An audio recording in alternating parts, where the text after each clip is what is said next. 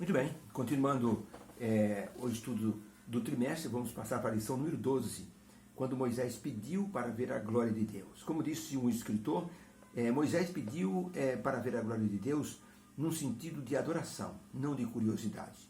E a adoração é dar ao Senhor a glória que lhe é devida, assim, como resposta ao que ele revelou por nós através do seu Filho Jesus Cristo. Quando nós queremos adorar a Deus, nós então vamos nos aproximar dele de uma maneira assim, muito silenciosa e com reverência. Isso se dá de uma forma natural. Nós acabamos assim conhecendo Deus, convivendo com o Senhor Deus, tendo comunhão com Ele e naturalmente nós vamos nos aproximando dele. Foi assim que Moisés começou. Deus chamou Moisés na sarça ardente.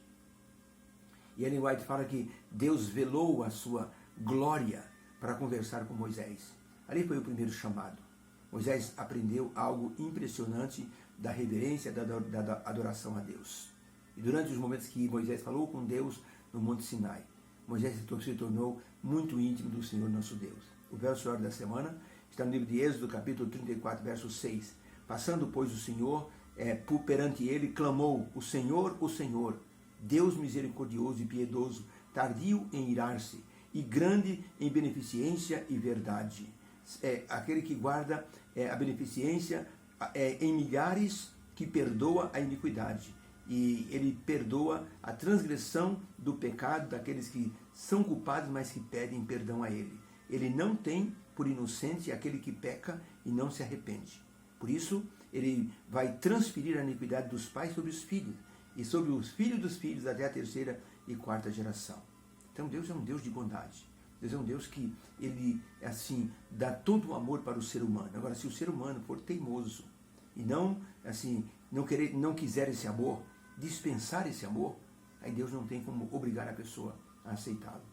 Ele diz: olha, eu perdoo a iniquidade de qualquer pessoa. Não tenho prazer na morte de ninguém. E se uma pessoa se tornar teimosa, eu vou visitar o pecado dele na vida dos filhos e até dos netos. Então é preciso que nós entendamos que Deus não está assim coagindo ninguém a adorá-lo.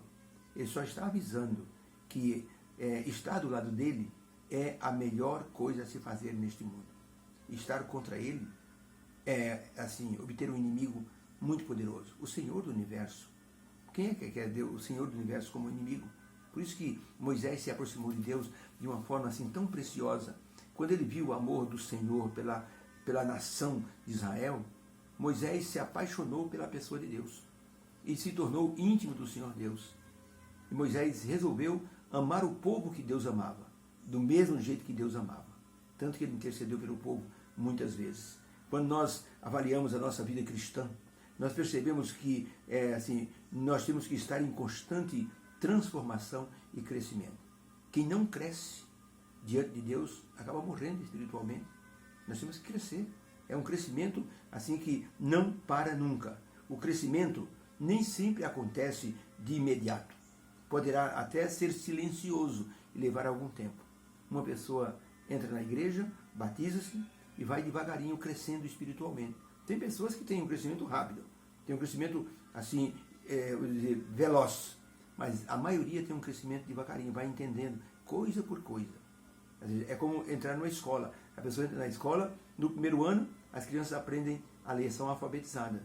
Mas no quinto ano, já é outro nível de ensino.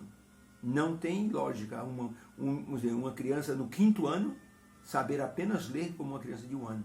Isso quer dizer que houve uma falha na educação. Então, cada estágio tem a sua cultura, tem o seu nível de conhecimento e de crescimento. A vida cristã é assim.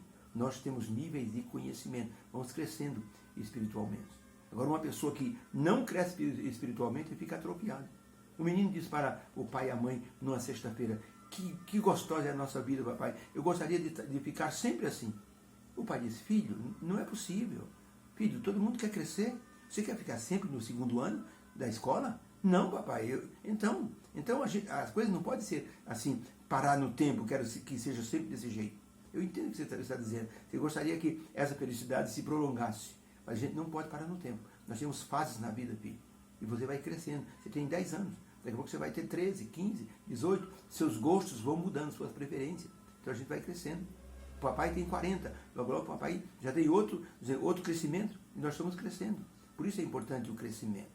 E o crescimento, muitas vezes, é silencioso. Já ouviram falar do bambu chinês? Você planta uma semente de bambu chinês e durante 5 anos só nasce um brotinho desse tamanho assim, de uns 5 centímetros. 5 anos, um brotinho desse. Tem gente que, isso aqui é porcaria, vou jogar fora isso aí. O bambu chinês, ele não cresce para cima nos primeiros 5 anos, ele cresce na horizontal, embaixo da terra. Ele forma uma raiz de quase 12 metros, uma raiz fibrosa. Depois do 5º ano, o bambu chinês começa a crescer e chega a 25 metros de altura, alguns chegam até 30 metros de altura. E é incrível como os ventos não conseguem quebrar o bambu chinês. Ele dobra quase até o chão, mas volta para o lugar dele. É uma coisa imperiosa. Até um filósofo educacional, olhando o bambu chinês, ele disse o seguinte, muitas vezes na nossa vida espiritual, é como o bambu chinês. Nós, assim, trabalhamos, nos esforçamos, fazemos muitas coisas. E muitas vezes nós não vemos o resultado de imediato. O resultado vai aparecer, se você tiver paciência, o resultado vai aparecer no 5º ano. Aí você vai ver que é um crescimento, assim, maravilhoso. Que você não tem ideia, como se fosse um milagre. Então nós temos que ter a paciência do bambu chinês, para crescermos formando uma raiz, para quando os ventos da adversidade baterem em nossa vida, a gente vai dobrar, mas não vamos quebrar. Então isso é importante. Quantas pessoas a adversidade assim, dobra a pessoa quebra e fica no chão, não levanta mais.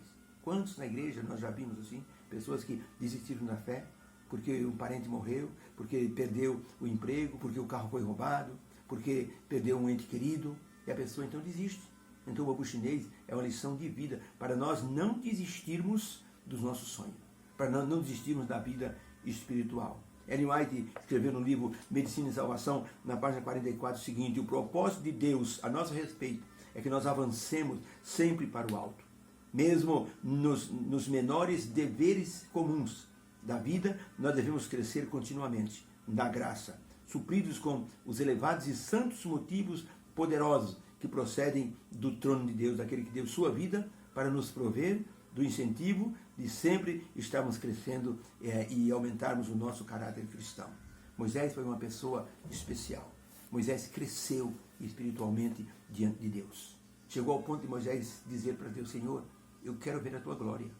Eu preciso ver. E Deus disse: Moisés, você não pode ver a minha glória. Eu vou mostrar para você a minha bondade. Moisés aceitou.